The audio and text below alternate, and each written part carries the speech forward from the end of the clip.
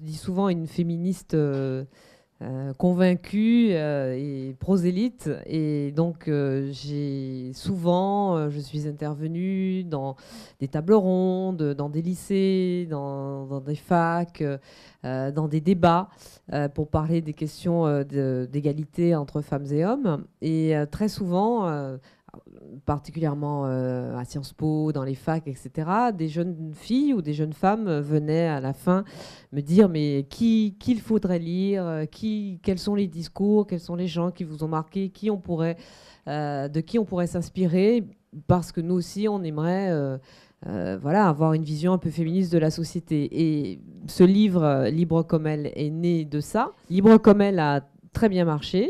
Il y a eu beaucoup de rencontres comme celle de ce soir pour Libre comme elle. Et souvent, les gens me disaient, mais alors, et les hommes est-ce qu'il y a aussi des hommes qui vous ont inspiré?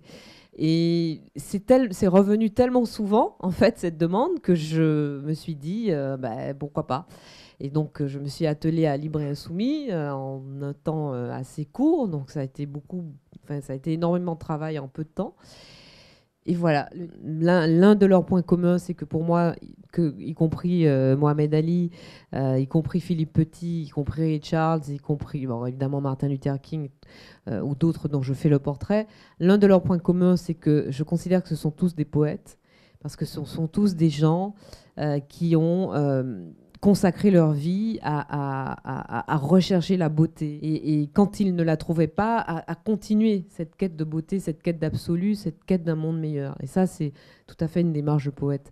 Ils ont la poésie en commun, ils ont la solitude en commun, ils ont l'insoumission en commun, et ils ont le fait d'avoir jusqu'au bout mené le combat pour la liberté d'être soi en commun.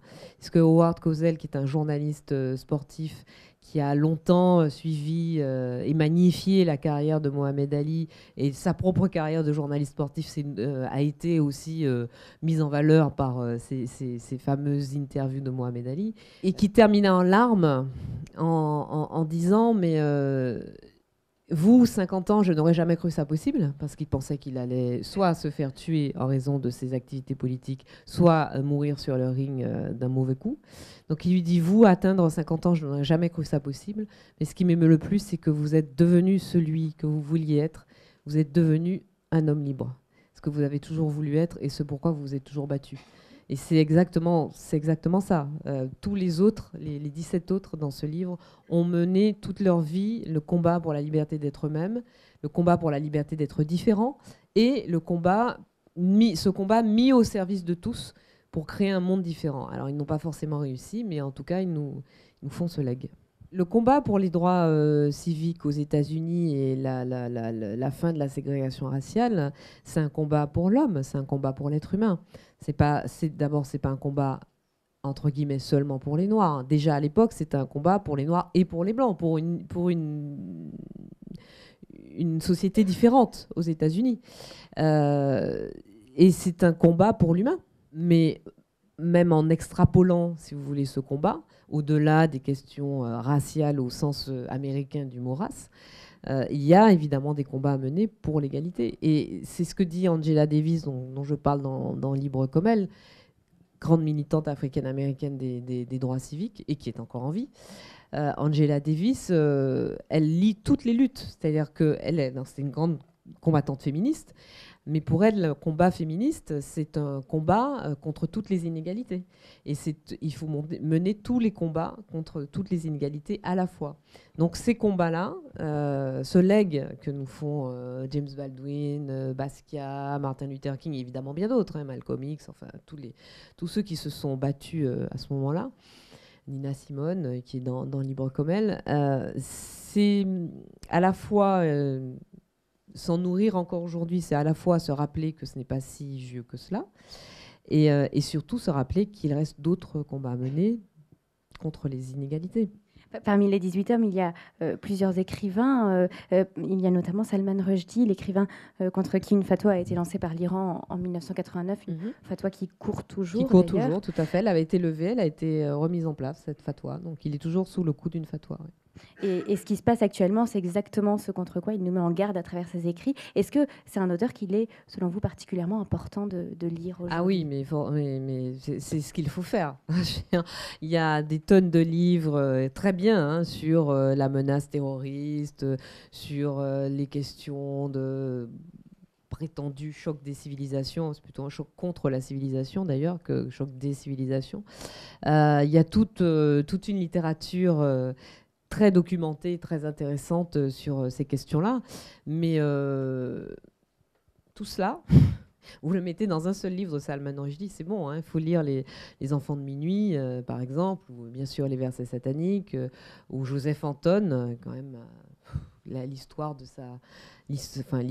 sa, comment dire, de sa captivité, parce que c'est une captivité en fait, même si il n'est pas dans une prison, mais enfin il n'est pas libre de ses mouvements depuis 1989. C'est un homme qui vit avec la possibilité à tout moment d'être assassiné.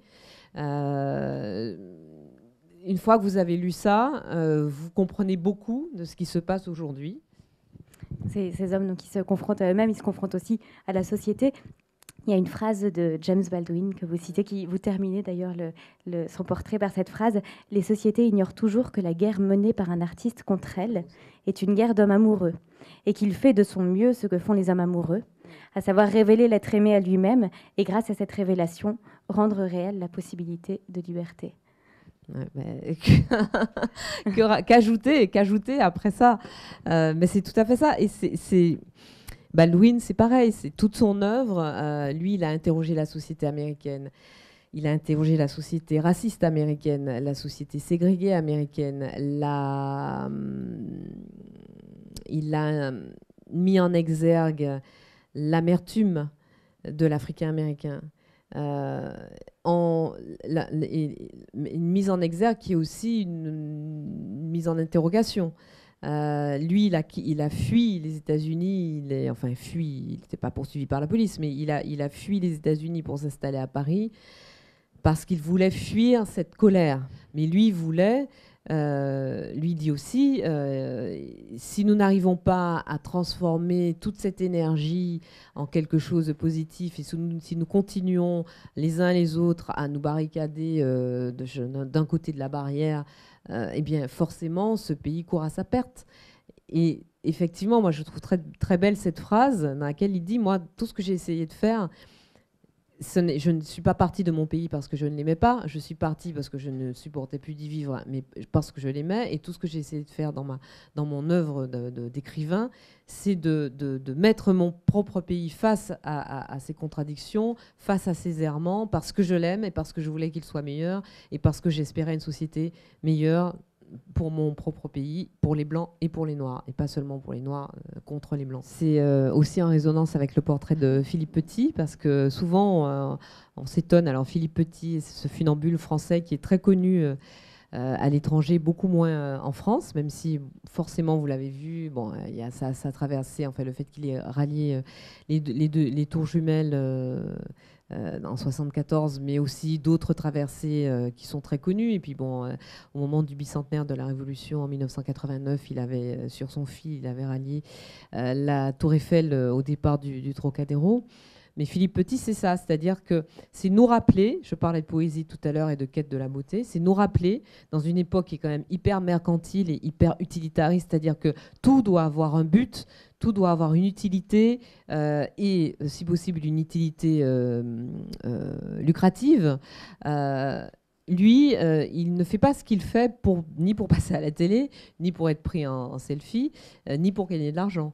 Il le fait parce que c'est d'abord parce qu'il se sent appelé, et ensuite parce que c'est le seul moyen qu'il a trouvé de se rapprocher des autres, justement. Finalement, je pense que ça peut nous rappeler que à certains moments dans la vie, on peut prendre le temps de la beauté. On peut prendre le temps du silence, on peut prendre le temps d'être juste ébahi. Bonsoir Madame Pulvar. Bonsoir. Alors moi j'ai beaucoup aimé votre livre aussi. Je trouvais que vous parlez de personnes dont l'engagement et l'insoumission, je pense qu'on ne peut jamais assez les rappeler à mon sens. Et elles étaient vraiment intransigeantes. Et est-ce que vous ne pensez pas que le fonctionnement actuel justement du système médiatique, c'est-à-dire sa concentration dans les mains de puissance économique, et sa collusion avec les pouvoirs économiques et financiers ne rendent pas impossible toute forme d'insoumission. Beaucoup de mes confrères et consoeurs, et je ne leur fais aucun reproche et aucune critique à ce sujet, considèrent que justement, et donc à l'inverse, que justement en tant que journalistes, ils sont soumis à la plus grande neutralité et que publiquement, ils ne peuvent prendre aucune position. Moi, je vous parle ce soir de mon livre, je réponds à vos questions, mais enfin, je ne suis pas tous les matins sur des barricades ou dans des manifestations pour défendre des points de vue. Je fais mon métier de journaliste. J'ai le tort, quand on me pose une question, de répondre. Bon, voilà. Mais sinon, je ne suis pas tous les matins à donner mon avis. Je ne suis pas une éditorialiste comme certains éditorialistes en radio qui, tous les matins, font un papier je veux dire, avec un point de vue.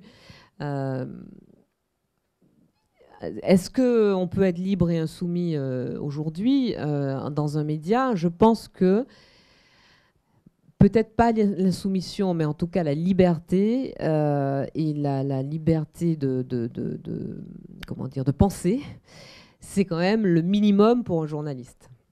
Et qu'un journaliste, quel qu'il soit, a pour devoir, presque, je veux dire, de devoir intime, de non seulement remettre en question l'époque dans laquelle il vit, non seulement questionner tous les types de pouvoirs, mais aussi s'affranchir de sa propre éducation, de son propre milieu, de ses propres affinités. C'est-à-dire que pour faire ce métier, je pense qu'il faut en permanence se remettre en question. René Char disait, lui, il ne voulait pas, évidemment, je ne me compare pas à René Char, mais il disait à propos de ceux qu'on a appelés les poètes de la résistance, que lui, il ne voulait pas être considéré comme un poète de la résistance. Lui, il était un résistant, il était un poète et un résistant. Il n'était pas un poète de la résistance. Et il dit, mais bon, tous ces poètes de la résistance, là, quel est votre mérite? Vous avez été du côté de l'homme au moment où il fallait être du côté de l'homme. Vous avez été du côté de l'être humain au moment où il fallait être du côté de l'être humain. Il n'y a pas de mérite à ça. Donc, évidemment, je ne me compare pas du tout à René Char, mais j'ai envie de vous dire, je n'ai pas de mérite à être une journaliste qui fait son métier comme une journaliste. Et je pense que d'autres que moi le font, et heureusement. Bien, merci beaucoup, Audrey Pulvar, pour votre venue.